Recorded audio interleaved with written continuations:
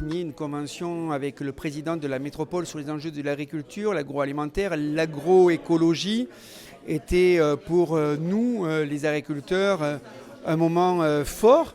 D'abord dans cette métropole, parce qu'on parle très souvent de l'aspect urbain, mais dans cette métropole, il y a 10 000 hectares agricoles, il y a près de 400 agriculteurs, 95 installations de jeunes agriculteurs. Donc il était important de pouvoir signer une convention pour justement permettre de préserver l'agriculture dans ce territoire et notamment tous les enjeux liés au foncier.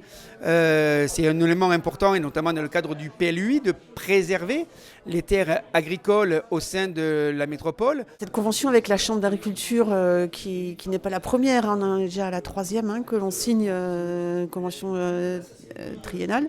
Elle permet de rendre concrètes des actions qui montrent à quel point cette agriculture viticole, mais pas que, aussi nourricière, est fondamentale pour nous, pour les 2/3 du territoire qui sont en zone agricole et naturelle. Pour une ville comme Montpellier, une métropole comme Montpellier, de savoir qu'une agriculture, qu'un élevage perdure, se maintienne, et même se redéveloppe, c'est gagnant. C'est vraiment gagnant à tout point de vue, que ce soit pour la production alimentaire de proximité, que nos concitoyens attendent tous.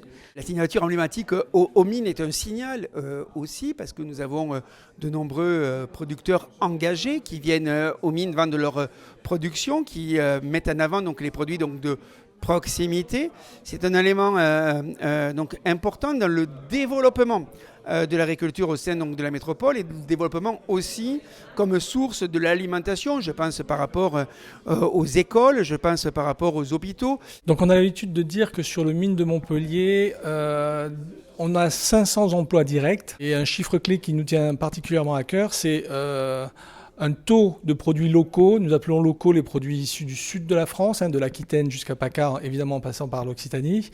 50% des produits qui transitent par le mine de Montpellier sont des produits dits locaux.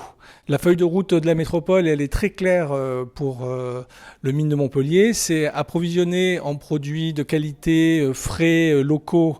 La plus grande majorité des habitants de la métropole, voire au-delà. Des solutions concrètes à la fois donc, au niveau de l'action foncière et du travail qu'on peut mener ensemble avec la Chambre d'agriculture autour de tout ce qui est l'installation d'agriculteurs en lien avec les communes, mais aussi un appui en termes économiques et notamment comment on peut renforcer les filières locales, plus ou moins courtes ou de proximité, mais vraiment l'idée étant qu'au final, en vendant dans ces filières leurs produits, les agriculteurs aient un prix, une rémunération qui soit à la hauteur de ce qu'ils attendent. Et tous les enjeux derrière cette convention, c'est justement de renforcer les circuits de distribution qui favorisent les produits locaux, soit de les renforcer, soit d'en mettre de nouveaux en place, comme des associations de producteurs, comme des services logistiques, comme des pôles de transformation. Voilà tous les enjeux qui sont à l'échelle du mine derrière cette convention.